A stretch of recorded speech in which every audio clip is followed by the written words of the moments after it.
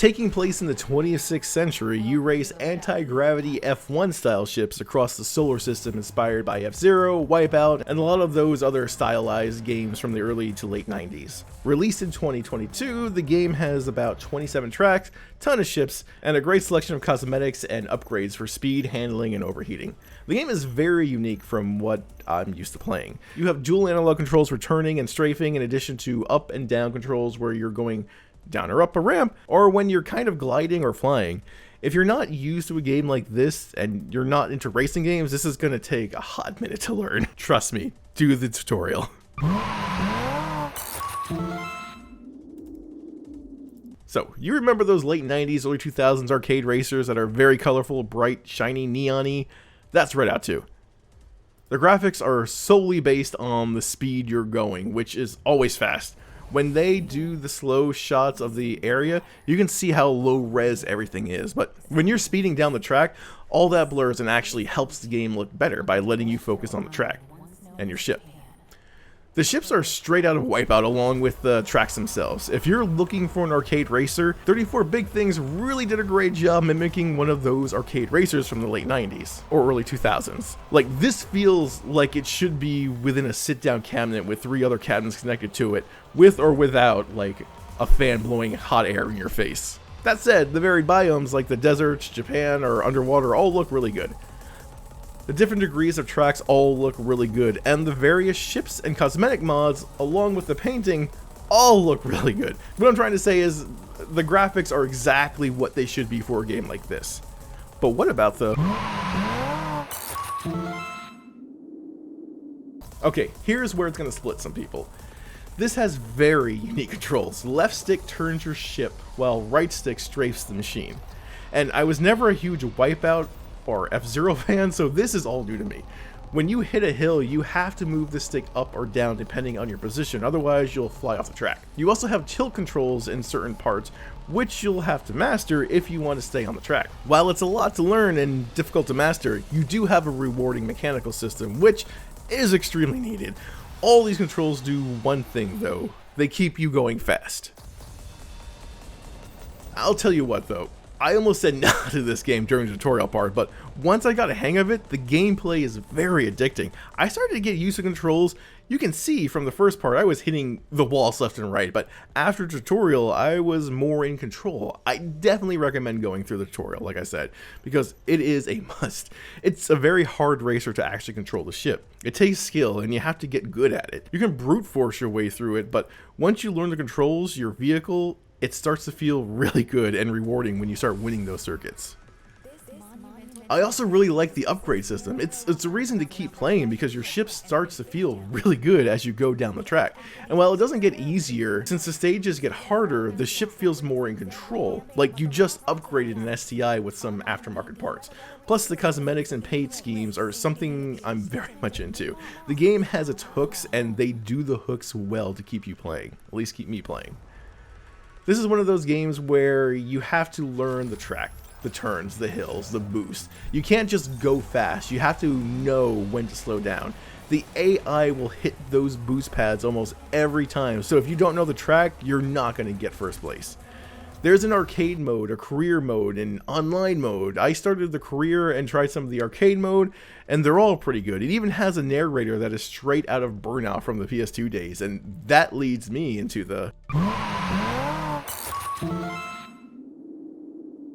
The sound effects are good. They're not great, but they're not mediocre either. The boosts, the overheating, the hitting the sides of the grounds are all good. Again, it's late 90s, early 2000s arcade sound effects. They get the job done. Would I like more dynamic sounds? Yes. Would I like some more bass? Yes. But for what it is, it's perfect. The music is, again, divisive. If you like that type of industrial electronica drum and bass type music, you'll like this. If not, you're gonna mute the music. But I do like how the music slows down or stops when you hit the wall. I actually like the music. I wish it was a little bit more harder. It's a bit generic, but better than a lot of other arcade games that came out during the late 90s. Like, I think the soundtrack is on par with Outrun for the type of game that it is. Again, never really played F-Zero or Wipeout, but I know Wipeout had a soundtrack similar to this for its time, and I understand this is like a love letter to that series. So what I really like about this game are all the little attention to details. Like the way the ship shifts when you strafe or turn, the overheating of the metal, the world around the ship, it's all done really well. It feels like an arcade game, which is nostalgia bliss for me. It looks and acts like those old PS1 Rocket Racer games. The upgraded mechanics are great to keep you playing, to make you want to drive better.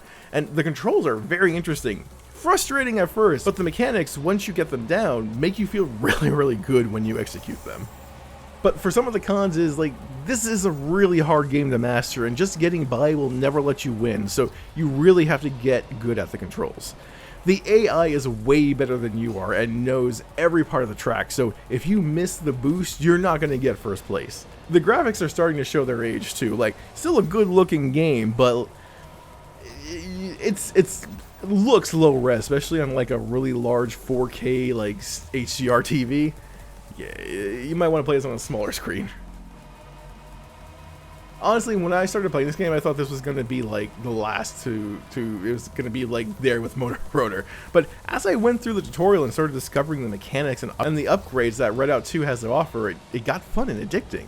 So much so that I think I'm going to keep playing this when I want to chill after work. It seems to be stuck at 1080p on my 4K TV. I wish it looked better, but it looks good as it is, to be honest. I mean, this is a Steam Deck game. This is 100% a Steam Deck game. And it's truly a fun arcade game. No currency, no real hurtful or meaningless DLC.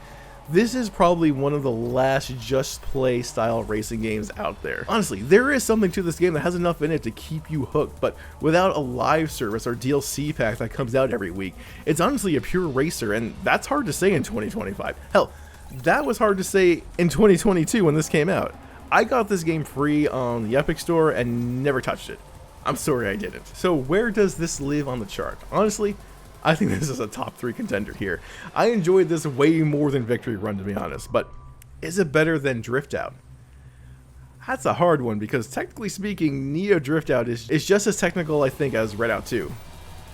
Control-wise, Redout might just edge over Neo Drift Out, though the soundtrack, the effects, the overall, it's better than Neo Drift Out, so is it better than the Need for Speed? Well, this has more mechanics than Need for Speed, surprisingly. There's something interesting that Need for Speed has. Like, it has more meat than this game. And while Redout has the speed, there's more depth in that first Need for Speed game. So, or is there? That's a hard one to say. I mean, am I going to say Redout 2 is our new number 3 because I feel nostalgia for Need for Speed? You know what? Yeah, Redout 2 is our new number 2. And wow, let me tell you, within the first 10 minutes of this game, I would say, like, this is a 7 or 8 on the list. But after about 30 minutes, I saw how good this game was. I learned how to play this game, and I got it. So yeah, this game, this game is our new number 2. I literally had this as my number 3 on my script. But as I was thinking about it, I was like, no, this is not as good as that Need for Speed game. I'm sorry. I might regret this. So hear me out. What if someone wanted to make the game we don't speak about, kart game, but do it with indie titles and kind of make it in the style of Something Kart 64, but plays like a Something Kart game from Wii and up? This is Super Indie Kart, and I will admit, I almost know none of these characters, minus Duck Game, because that game is perfection. But that's pretty much what you have here. Now, this was a Kickstarter game that was funded pretty successfully, by the way, with the caveat of it being, it's been in early access since 2015. That's right, this game hasn't officially come out for 10 years, a decade some may say. And while it has a large selection of characters, modes, and levels, there still is a lot of in construction signs hanging around, and 10 years, man, that's a lot for a game to still be being worked on. But, is it any good? Well, first we'll have to get into the...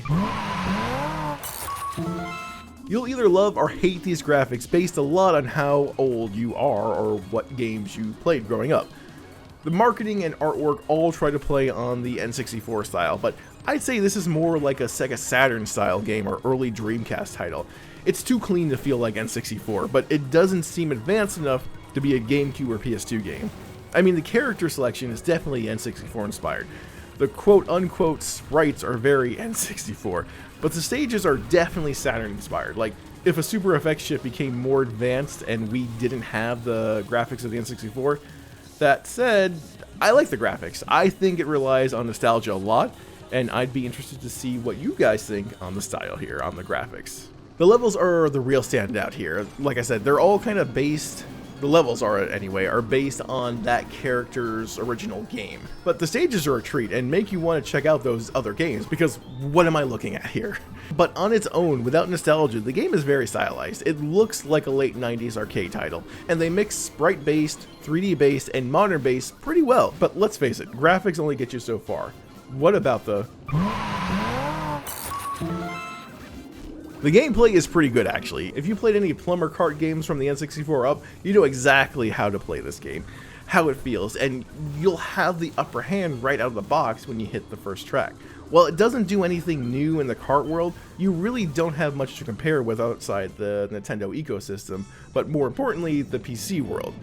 You have the Crash games and some really low-tier kart games, but this game parallels directly with that Plumber's Kart franchise, and they're not hiding it. I will say the sense of movement really isn't there. Like, when you start and turn and power slide, you feel disconnected from the track. And even jumping or underwater or doing loops doesn't feel right. It just feels like you're disconnected from everything. It doesn't really affect the gameplay, and after a while, I just got used to it. But if you played the Sonic Kart games, the Crash games, or the Nintendo Kart games, you'll notice right away that the kart and the tracks or the track environments don't match. It almost feels like you're in a hovercraft, but not in a good way. And even when you get a super boost during your slide, it never feels fast enough or impactful enough, not like the other kart games do. But just like Nintendo's kart game, there is some major rubber banding. I mean, that's okay, I guess, since all the other ones do it, but also this doesn't try to be better, it just tries to be the Nintendo kart games. There are a lot of different race types, and you get to see your trophy in the wonderful yet unnecessary 3D cup viewer. I mean, I'm into this. There's also a multiplayer mode and battle mode, so you get a lot out of it for being an early access game, and is well worth the money if you're into these kind of kart games. But how are the... So the sound effects are just okay. They're serviceable, but it does nothing to wow you. The music, however, is pretty good. Again, I think this depends on how old you are or what type of music you like, but if you're into arcadey vaporwave tunes, you'll really get into this. But again, nothing to wow you overall. So this really does play like those Nintendo kart games, which is a good thing, right? It's polished, it's fun, it's competent. You have a lot of characters to choose from, especially if you're into 2015 indie games. The stages are great. They're colorful, they're interactive, and they're fun to kart around in, which is probably the most important part of any kart game. It's not a quick win race game either. Like, there is a challenge there with the AI if you're soloing this. And the two-player support with battle stages is great fun with friends or a significant other. But that said, this game has been in early access for almost 10 years. It doesn't do anything to further the kart racing genre. The sound effects are just okay, and the connection to the racer and the road feels off to where it might turn some people off when playing this. As I'm writing this, I'm watching a Let's Play from 9 years ago, and the host was having the same bug as I was seeing, where placement changes drastically towards the end of the race. So I'm ranking this based on what I've played today, and I'm 100% saying buyer beware. While it's a pretty complete game as is, it's far from done, and has been pretty much sitting here in not 1.0 hell for 10 years now. But the fact that you get to see all these characters from games you may not know about is a great way to promote those games. It's cool seeing all these characters come together. I mean, this is probably going to be a copyright hell if it actually comes out in maybe another 10 years, but it is a very fun game. The way they merge these very different titles' art style into one coherent kart racer is pretty amazing, and I think a testament that even though I don't know half these characters, but still had fun playing them. That just goes to show you the art designers, the developers, they knew how to make this game. But where would I put this on the list? I feel it's between Victory Run and Rally 2011. The question is it better than Rad Racer? And I believe the answer to that is no. Because for its time, even then, Rad Racer had that connection to the road, and even the sound effects I think were better, but I don't think Rally 2011 is better is a better game. Well, yeah, no, it's definitely better than Rally 2011. So here is our new number 7. It's a really fun game that, if you're okay with it not officially being out for over a decade, you should really check it out. A while ago, I picked up the C64 and Amiga Classic Remake 6-pack, which I believe are compilation games that have been updated, maybe?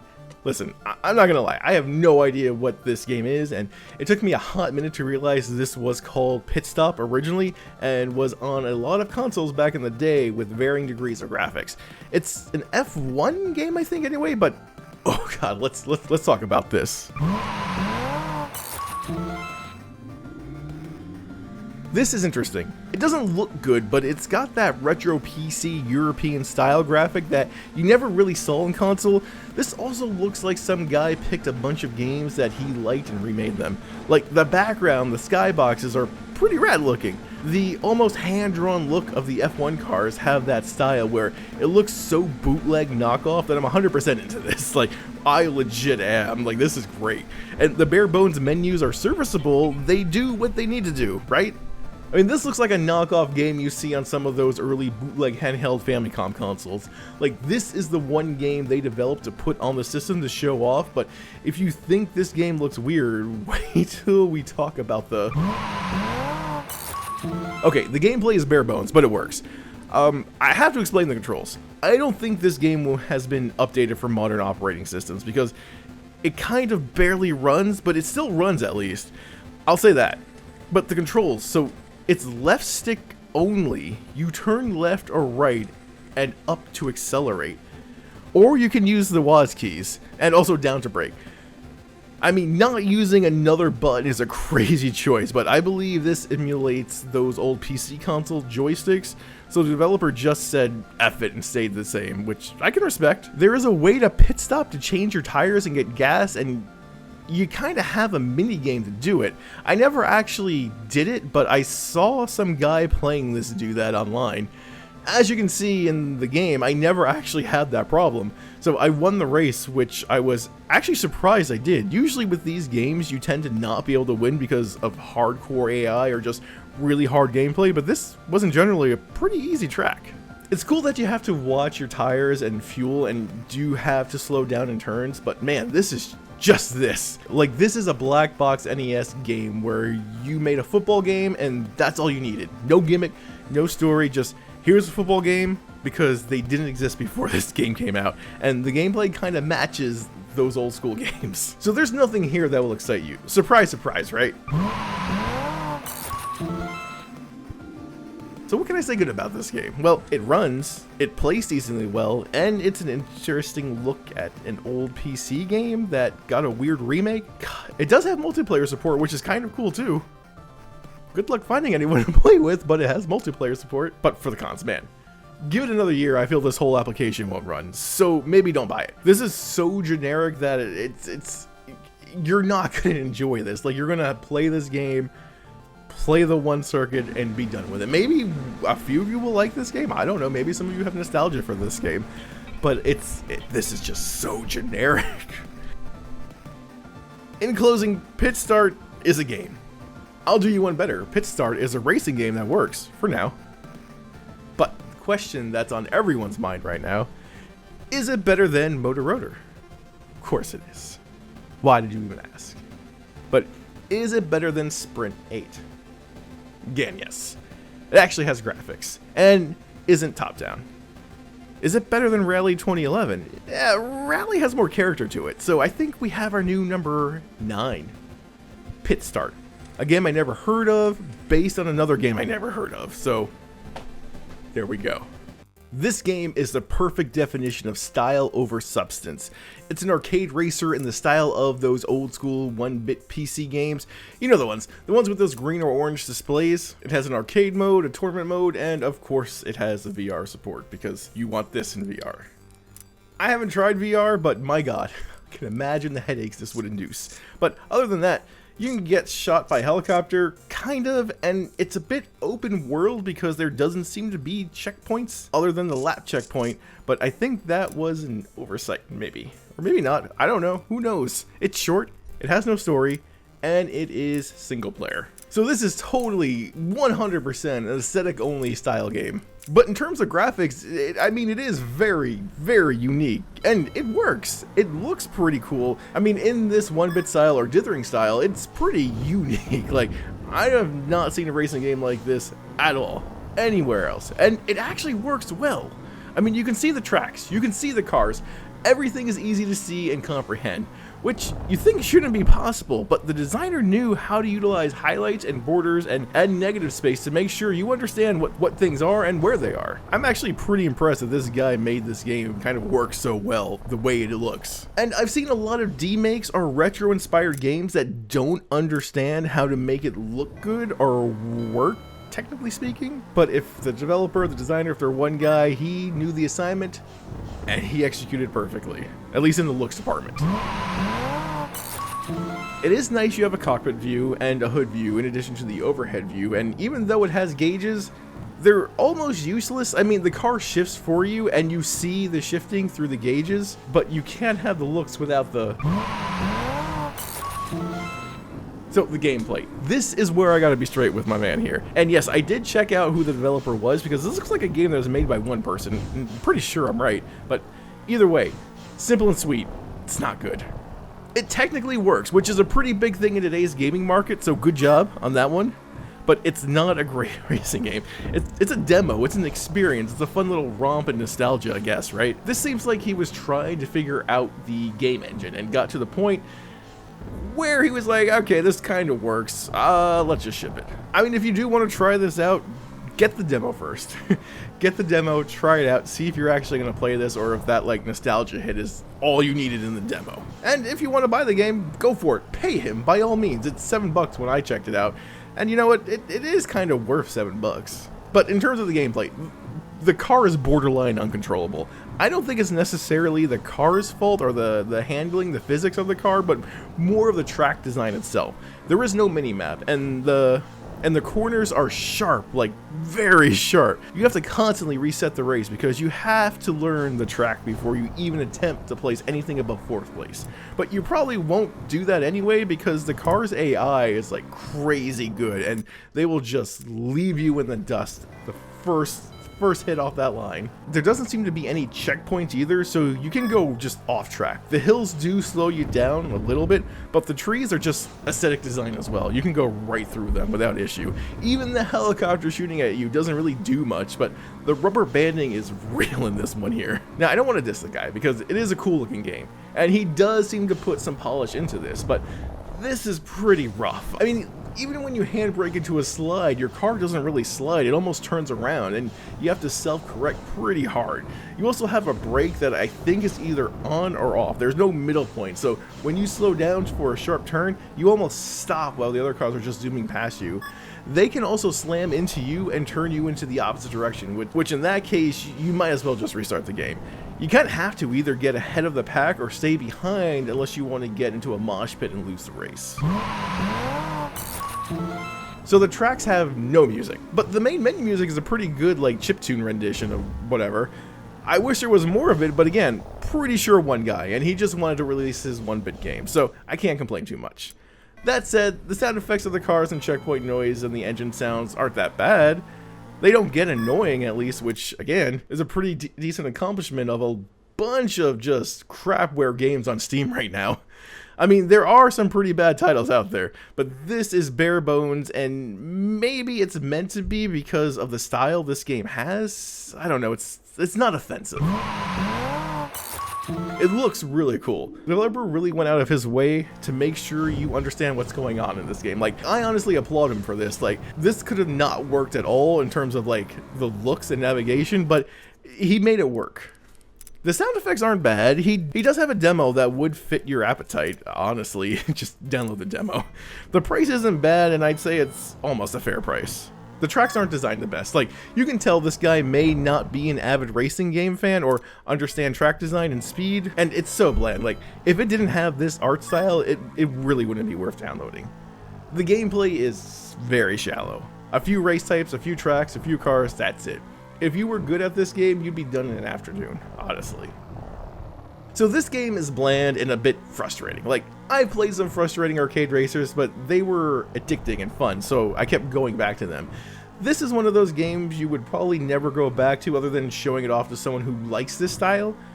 There's almost no exposure or information on this title, and it's going to be one of those forgotten games that someone sees in 10 to 20 years, if we're still around, you know what I'm saying, and be like, the fuck is this? But I mean, I can't make a game. I couldn't do this, so who am I to say if it's shit or not? I personally didn't enjoy the title, but I didn't hate it. Far from it. And again, the art style is awesome, and the fact that he was able to make it work is outstanding. Like, it's fast-paced, but I can tell where the road is, where the other cars are, where the turns are, all of it. Maybe this dude should be an art director and let someone else develop the game. But we all know where we're going now. To the list. I mean, let's be real here and start at the bottom. Is this better than Motorroto? And the answer is, and probably will always be, yes. Is it better than Sprint 8? Here's the thing. I low-key kind of enjoyed Sprint 8. I like getting better at it as I played, and I would probably play it again with some people on a drunk Friday night, and we'd probably have fun doing it. We would not have fun with this title. Again, outstanding looking game, but it needs to be fun and addicting, and it's just not that. So, our new number 11, Fake Racing.